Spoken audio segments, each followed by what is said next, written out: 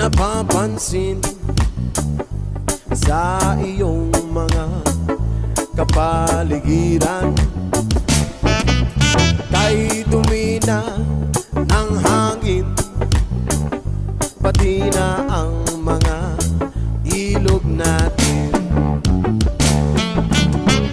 Hindi na masama ang pagpunta at malayong-layo na rin ang ating narating.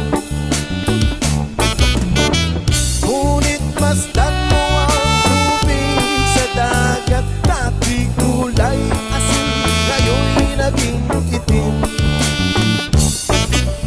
Ang mga tubig ating kinalat sa hangin, sa langit wag na nating paabutin. Kung tayo'y pumanaw man sa riwang hangin, sa langit natin matitikman. Mayroon lang akong hinihiling sa aking pagpanaw, sana ay tagulan. Gitara ko ay aking dadalhin upang sa ulap na lang tayo magkantahan. Ang mga bata ngayon lang isinilang, may hangin pa kaya matitigman. May mga puno pa kaya silang aakyatin, may mga ilog pa kayang lalanguyan. Bakit di natin pag-isipan ang nangyayari sa ating kapaligiran?